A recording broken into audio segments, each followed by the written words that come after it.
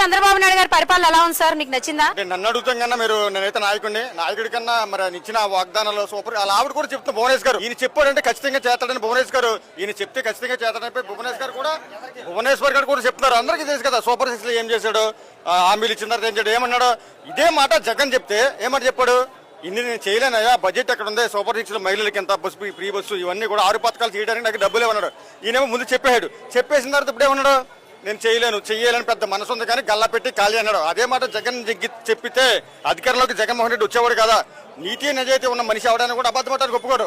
ఈయనేం చేశాడంటే, నా వల్ల కాదు, నేను చెప్పలేను అబద్ధం, ఏదో రకంగా అధికారంలోకి రావాలి, అధికారంలోకి వచ్చిన తర్వాత ప్రజలు నా దగ్గర గల్లా పెట్టి ఖాళీ, డబ్బులు లేవు అంటే సరిపోద్ది అనుకున్నాడు. ఇదైతే నెక్స్ట్ గవర్నమెంట్ వచ్చింది మటుకు ఆల్రెడీ ఇప్పుడు స్టిల్ ఇప్పుడు మీకు వీళ్ళకి ఈ పెద్దాల్సిన దాకా వద్దు, స్థానిక సంస్థలు లక్షలు పెట్టమని ఇది కూడా బెటర్. ఎప్పుడు జరగాలి? ఆల్రెడీ జనవరిలో మన డిసెంబర్కి అయిపోయింది, అప్పటికే 5వ నెల 7వ నెలలు వచ్చేసింది. ఇప్పుడు కూడా స్థానిక ఎలక్షన్ పెట్టడానికి ఆయన దమ్మురు ధైర్యం లేకుండా ఒకటండి, ఇలా ముగ్గురు కలిపొస్తాను కానీ వాళ్ళకి దిక్కు గతి లేదు. ఈయన ఎప్పుడు సింగిలే అని చెప్తున్నాడు. ఇలా సింగిల్ గా రావడానికి వాళ్ళకేమో దమ్ము లేదు. మోడీ అనమంటున్నాడు. మొన్న మోడీని తిట్టినాడు బా తల్లాలను వేలుకునేవాడు దేశాన్ని వెళ్తాడు అడి చంద్రబాబు. మరి ఇంకా అంతకుమించి బాలకృష్ణ అయితే ఛాలెంజ్ ఇచ్చాడు మోడీకి.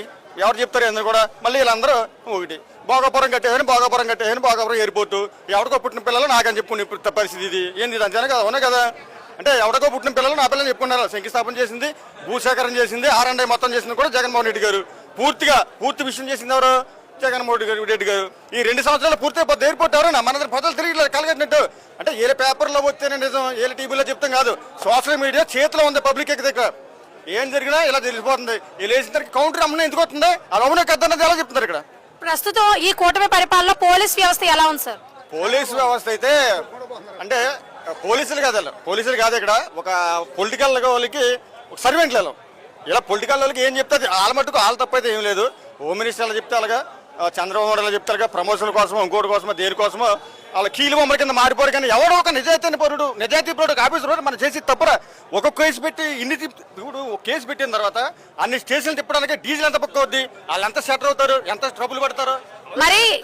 మరి గతంలో జగన్మోహన్ రెడ్డి గారి హయాంలో పోలీస్ వ్యవస్థ ఎలా ఉంది? బాగుంది, వెళ్ళండి కొట్టు, not bad, everything clear. Home minister తానే ముంతే గారు చేశారు, అందులో తులసి గారు చేశారు. ఇలా ఇన్ని అరాచకాలు జరగలే.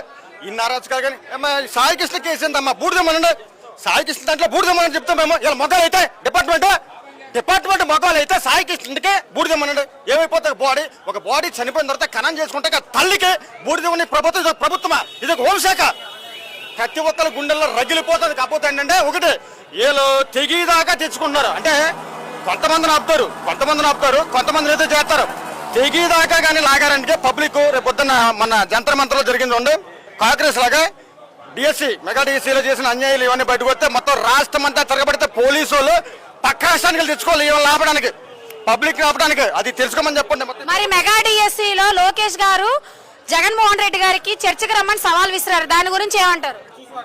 చర్చకి రమ్మడానికి ఆయన స్థాయికి జగన్మోహన్ రెడ్డి గారు రారండి. మర్గాని భరత్ గారు, పేరు నాని గారు వీళ్ళు సరిపోతారు, అంబటి రాంబాబు గారు వీళ్ళు సరిపోతారు. మర్గాని భరత్ గారు రమ్మని పోనీ. ఈయన ఏబిసిడీ రానోడికి ఈయన జగన్మోహన్ రెడ్డి వస్తారా? ఈయన సవాలు సిరితాకి పోనీ ఓకే సవాలు నా దగ్గర రమ్మని పోనీ. నేను పబ్లిక్, నేను సీఎంని కాదు, పిఎంని కాదు, ఎమ్మెల్యేని కూడా కాదు, ఎంపీని కూడా కాదు, కామన్ మ్యాన్ ఒక కార్యకర్తనే. నా దగ్గర రమ్మని చర్చకి నా దగ్గర రమ్మని పోనీ. ఛాలెంజ్ జగన్మోహన్ దగ్గర ఎందుకు?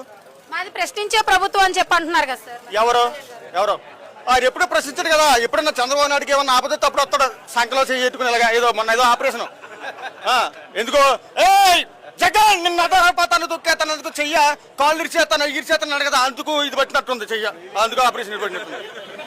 నరాలు బీగేతాను రేఖలు చెడిపోతాడంట, భగవంతుడి ఇచ్చిన రేఖలు ఆడు చెడిపోతాడంట. నా దగ్గర రమ్మనంట పవన్ కళ్యాణ్, నా దగ్గర రమ్మనండి. కౌరు చెప్పడం కాదు, అప్పుడప్పుడు వచ్చి జనాలను రెచ్చగొట్టడం కాదు, వాళ్ళ పబ్లిక్ ని రెచ్చగొట్టడం. ఆ ప్రసంగాలన్నీ కూడా ఊపుకోకుండా మాట్లాడలేడు. మరి జగన్మోహన్ రెడ్డి గారి పరిపాలన అరాచక పరిపాలన, గొడ్డల పార్టీ అని చెప్పి అంటున్నారు కదా.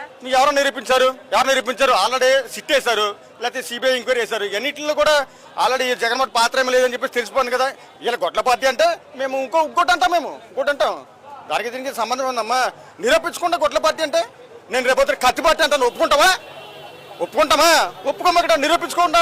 మరి కోడికత్తి పార్టీ అని కూడా అన్నారు కదా సార్. కోడికత్తి పార్టీ అనేది ఏంటంటే ఆయనకి గాయం జరిగింది అవునే కదా, అప్పుడు దాడి జరిగింది అవునే కదా. దాడి జరిగింది ఇప్పుడు అనడానికి ఏముందమ్మా, విమర్శలు చేయడానికి ప్రభుత్వానికి ప్రతిపక్షానికి ప్రతివిమర్శ వస్తుంది. అవన్నీ విమర్శలు తప్పించి వాస్తవాలు కాదు కదా.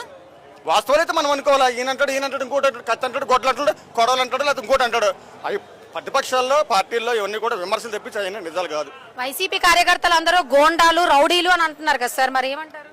మేము నిజంగా గోండాలము రౌడీలు అయితే కనుక ఇప్పుడు దాకా తిరగరు, బయట అధికారంలో ఉన్నా తిరగరు. నేనైతే వాస్తవం చెప్తున్నా.